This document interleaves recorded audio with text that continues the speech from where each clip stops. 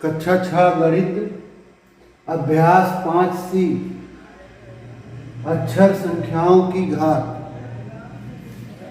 5C को समझने के पहले यह अक्षर संख्याओं की घात समझना होगा और उसके लिए पहले आप थोड़ा सा देख लें घातांक और घात, एक्सपोनेंट्स एंड पावर्स। इसको आप कक्षा 7 में अगली कक्षाओं में डिटेल में पढ़ेंगे।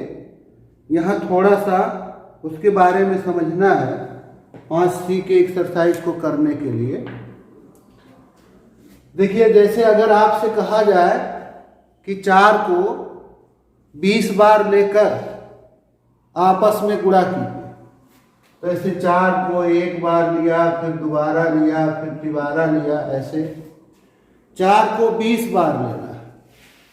20 बार ले करके इनको आपस में गुणा करना, तो ये बड़ा टाइम लेगा, बहुत समय लगेगा इसमें कि 4 को 20 बार लेकर गुणा किया जाए। 20 बार रहेगा 4।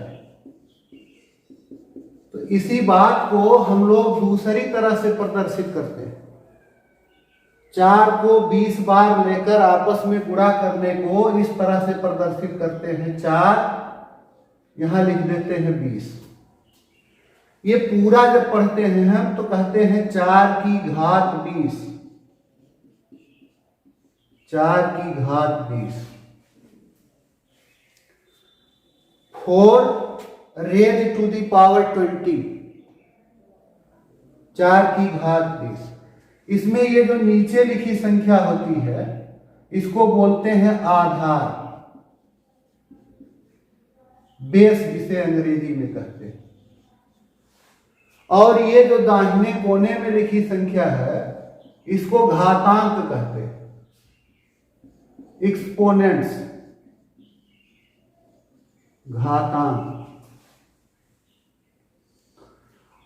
और लेकिन जब इसको पढ़ते हैं हम लोग तो ये नहीं पढ़ते कि 4 की घातांक 20, ये केवल यही अंक 20 ही है, खाली घातांक। पूरा बोलते हैं तो हम कहते हैं 4 की घात 20।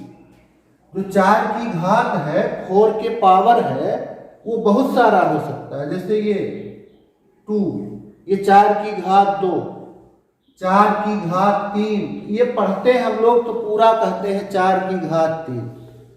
देखिए, अक्सर लोगों को कंफ्यूजन होता है कि घातांक और घात में क्या डिफरेंस होता है। तो ये जो घात होता है उसके लिए हमें पूरा बोलना पड़ता है। हमें बेस भी बताना पड़ेगा कि कितना है और घातांक कितना है, यह पूरा कहना पड़ेगा। 4 की घात 2, 4 की घात 3। लेकिन जो घातांक है वो केवल यही अंक भर है। कहा जाए कि ये जो घातांकीय संख्या है, ये संख्या घातांकीय है। जब इस रूप में लिखा जाता है तो ये घातांकीय है, ये घातांकीय। ऐसे लिख दें तो ये घातांकीय संख्या है, घातांकीय। एक्सपोनेंशियल फॉर्म है, ये एक्सपोनेंशियल नंबर है, घातांकीय संख्या। इसमें ये जो जिसके ऊपर हम लोग ये संख्या लिखे रहते हैं ये कहा जाता है आधार, और ये संख्या कही जाती है घातांक, एक्सपोनेंट है। और पूरे को पढ़ते हैं x की घात 3। यह नहीं कहते x की घातांक 3, x की घात 3। देखो, इसको लिखने का भी तरीका होता है, इसी तरह लिखा जाता है दाहिने कोने। अगर आप ये x लिख करके इसके ऊपर संख्या लिख देते हैं तो गलत है। 5 लिख करके इसके ऊपर संख्या लिख देते तो ये गलत है। और ना ही इसके बगल लिखा जाता है, ये भी गलत है। ये संख्या लिख करके जो आधार वाला होता है इसके दाहिने कोने में यहां लिखते हैं, तब ये पढ़ा जाता है 5 की घात 4। घातांकीय संख्या 5 की घात 4 में 5 आधार है और 4 घातांक है। इसका अर्थ ये होता है 5 की घात 4 का कि 5 को 4 बार लेकर गुणा। 5 की घात 4 का अर्थ हुआ 5 को 4 बार लेकर आपस में गुणा। देखिए कुछ लोग इसको गलत बोलते हैं, कहते 5 का 5 में 4 बार गुणा हुआ है इसलिए ये है 5 की घात 4। जबकि देखिए 4 बार नहीं गुणा हुआ है, 1 2 3 बार ही गुणा हुआ है। यह कहना चाहिए कि 5 को 4 बार लेकर आपस में गुणा हुआ, न कि 4 बार गुणा हुआ। जैसे ये कहा जाए 7 की घात 3, तो ये नहीं है कि 7 का 7 में 3 बार गुणा होगा, बल्कि 7 को 3 बार लेकर गुणा करेंगे। एक बार 7, दोबारा 7, ये तीसरी बार 7। 7 को 3 बार लेकर आपस में गुणा। ये जो घातांकीय संख्या होती है, इसमें यही आधार बताता है कि किसका गुणा होना। आधार बताएगा कि किसका गुणा करते चलना है, किसका गुणा, किस संख्या का गुणा होना। और ये जो घातांक होता है, घातांक, इससे ये पता चलता है कि संख्या को कितनी बार लेना है, ना कि कितनी बार गुणा करना। संख्या कितनी बार है। जैसे ये लिखा है x की घात 3, तो x की घात 3 में आधार x है, तो इससे यह पता चल गया कि x का ही गुणा होना। अब घातांक 3 है, इसका अर्थ हुआ कि x को 3 बार लेना है, 1 बार 2 बार 3 बार, x को 3 बार लेकर आपस में गुणा। तो यह है घातांकीय संख्या, इसको एक्सपोनेंशियल नंबर।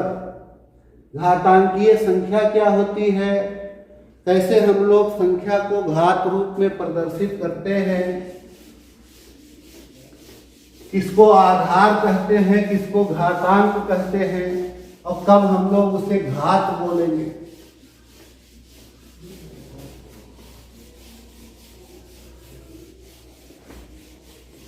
एक ही संख्या की कई घात हो सकती है, लेकिन एक बार में घातांक एक ही होगा।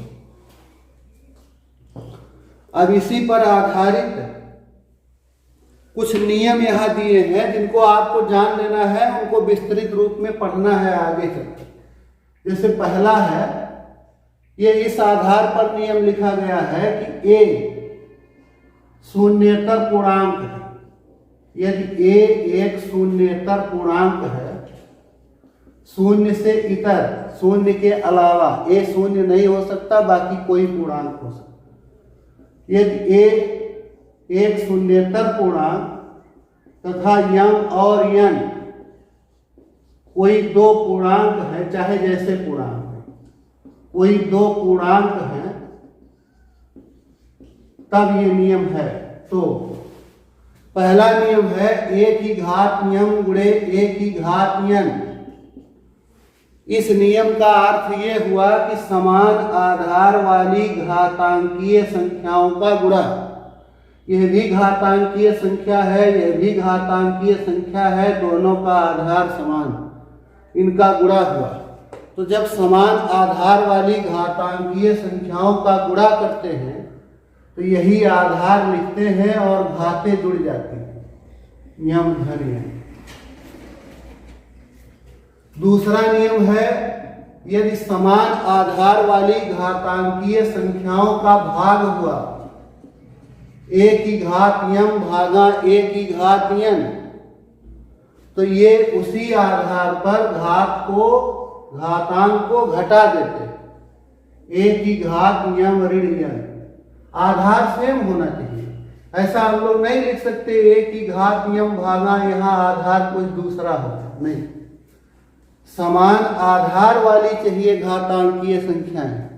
समान आधार वाली घातांकीय संख्याओं का भाग हुआ हो, तो उसी आधार पर घातांक को घटा देते हैं।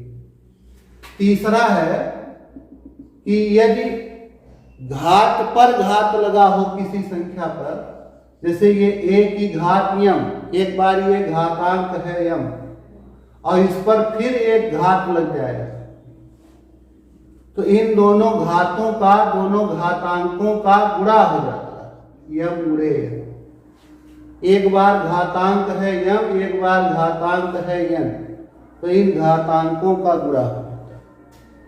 और चौथा है कि किसी भी संख्या की घात अगर शून्य लिखा है, तो उसका मान 1 आता है। किसी का 2 की घात 0 लिखा हो तो 1 आए, 5 की घात 0 लिखा हो 1 आए, 20 की घात 0 लिखा हो 1 आए, 1000 की घात 0 लिखा हो 1 आए, x की घात 0 लिखा हो तो 1 आए।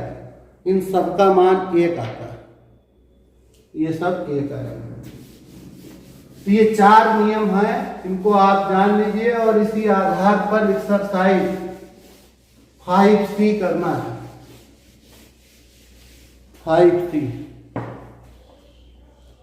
5C में पहला सवाल है, निम्नलिखित को घातांकीय रूप में लिखिए। एक्सपोनेंशियल फॉर्म में लिखना है। तो पहले का पहला है C गुणे C गुणे C, इस तरह से 5 बार है ये C, 5 बार गुणा नहीं है बल्कि C को 5 बार लेना है। तो गुणा किया गया है C का, इसलिए आधार बनेगा C, और 5 बार C को लिया गया इसलिए घातांक बनेगा 5। इसी तरह से दूसरा है इसका 5 गुणे A गुणे A गुणे B गुणे B। तो 5 ये अकेले है इसलिए 5 लिखा जाएगा। यहां A का गुणा हुआ है इसलिए आधार हो गया A। A को 2 बार लिया गया है इसलिए घातांक हो गया 2। इसी तरह यहां B का गुणा हुआ है इसलिए आधार होगा B, और इसे 2 बार लेकर के गुणा किया गया इसलिए घातांक लिखेंगे 2। 5 A घात 2 B घात 2। देखिए घात 2 जब लगा होता है किसी संख्या पर तो इसको एक और तरीके से पढ़ते हैं। चाहे इसे बोले, लिखा है A की घात 2, चाहे पढ़ते हैं A का वर्ग। अंग्रेजी में कहे तो कहेंगे A स्क्वायर या स्क्वायर ऑफ A। सबसे ठीक तो ये है, A स्क्वायर भी नहीं सही है, स्क्वायर ऑफ A ये ज्यादा ठीक। और सारे के लिए नहीं, एक 3 घात वाले के लिए भी नाम दूसरा होगा। ये इसको भी 2 तरीके से पढ़ेंगे, या तो इसे कहेंगे A की घात 3, या कहेंगे A का घन, घन, या अंग्रेजी में कहेंगे तो क्यूब ऑफ A,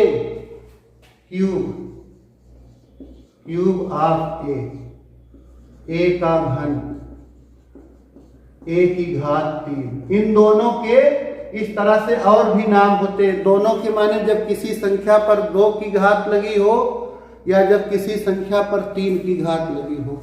तो इसे हम लोग पढ़ सकते थे 5A वर्ग B वर्ग, 5A घात 2 B घात 2, 5 square of A square of B। इसी तरह से तीसरा है 7 गुणे 7 गुणे 7। गुणा यहां 7 का हुआ है इसलिए आधार बनेगा 7। 7 को 3 बार लिया गया इसलिए घातांक 3 रहेगा। चौथा भाग है इसका T गुणे T गुणे Y गुणे Y। तो यहां देखिए जैसे ये T है, समान संख्या का जब एक ही प्रकार की संख्या का गुणा रहता है उसे ही घातांकीय रूप में लिखते हैं। यहाँ T का गुणा हुआ इसलिए आधार बन गया T, 2 बार T लिया गया इसलिए घातांक के स्थान पर 2। इसी तरह यहाँ गुणा हुआ है Y का इसलिए आधार हो गया Y, और 2 बार Y लिया गया इसलिए घातांक के स्थान पर हो गया 2। T घात 2 Y घात 2, T वर्ग Y वर्ग। प्रश्न नंबर 2, निम्नांकित को गुणा के रूप में लिखिए। इसी का उल्टा हो गया, फैला के लिखना है गुणा के रूप में। A घात 2 B घात 2।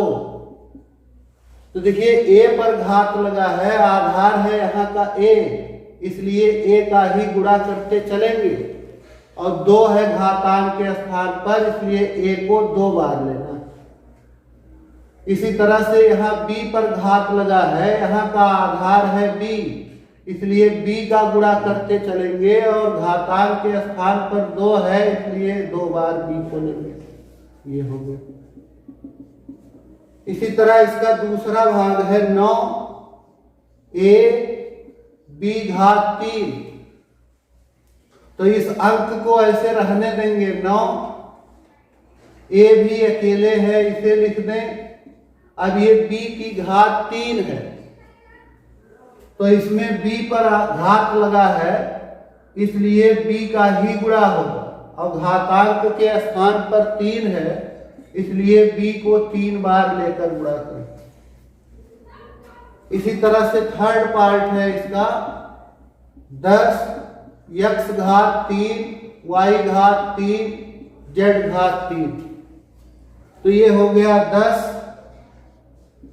x पर घातांक 3 है इसलिए x का गुणा होना है, घातांक के जगह पर 3 होने के कारण 3 बार लिखें। इसी तरह y घात 3 लिखा जाएगा y गुणे y और z की घात 3 लिखा जाएगा z गुणे z। प्रश्न नंबर 3, फिर घातांकीय रूप में लिखना है a गुणे a ऐसे n बार। a को n बार लेके गुणा किया गया है, फिर भ्रम में मत पड़िएगा कि a का n बार गुणा हुआ, a को n बार लिया गया। ये गलत बोलते हैं लोग, ये कहते हैं ऐसे लिखा हो तो कहते हैं कि इसको 3 की घात 4 लिखो। हाँ सही है 3 की घात 4 है, लेकिन कारण बताते हैं कि क्यों 3 की घात 4 लिखें, क्योंकि 3 का 4 बार गुणा हुआ, नहीं 4 बार नहीं गुणा हुआ, 3 को 4 बार लिया गया है, भले 1 बार 2 बार 3 बार 4, 3 को 4 बार लेके गुणा हुआ। अब गुणवा तो 3 बार है, 1 बार 2 बार 3 बार। ये गुणा करोगे 9 आएगा 1 बार, दोबारा गुणा करोगे 27 आएगा 2 बार किए, 27 का फिर 3 में गुणा कर दे तो 81 आएगा और 3 ही बार गुणा हुआ। तो ये गलत नहीं बोलना चाहिए। a गुणे a, ये a का गुणा हुआ है इसलिए आधार बनेगा a को n बार लिया गया इसलिए घातांक के जगह पर n। इसी तरह इसका दूसरा भाग है b गुणे b है n बार, यह भी इसी तरह से हो गया b की घात n। थर्ड पार्ट है इसका 3 गुणे 3 गुणे 4 गुणे 4 गुणे a।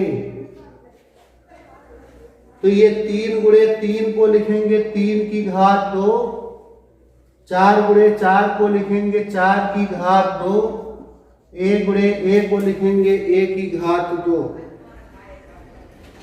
इसी तरह इसका चौथा भाग है a गुणे s गुणे t। तो ये a अकेले है, s अकेले है, t गुणे t को लिखा जाएगा t घात 2।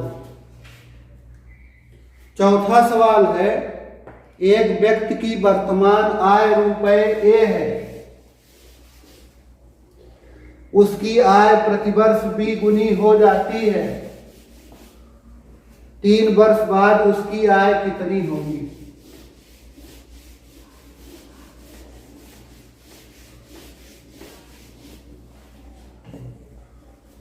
तो वर्तमान आय है इसका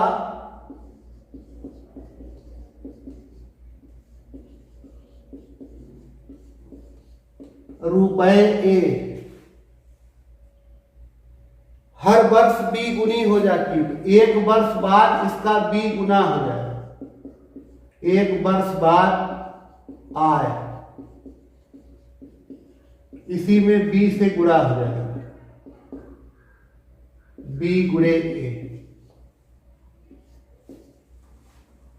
फिर 2 वर्ष बाद जितना 1 वर्ष के अंत में है उसी का फिर b गुना हो जाएगा, b गुना माने b गुणा, तो 2 वर्ष बाद आय ये हो गया, इसमें में जितना था b गुणे a, इसमें फिर b से गुणा। और इसी तरह 3 वर्ष बाद आय, 3 वर्ष बाद आय हो गया।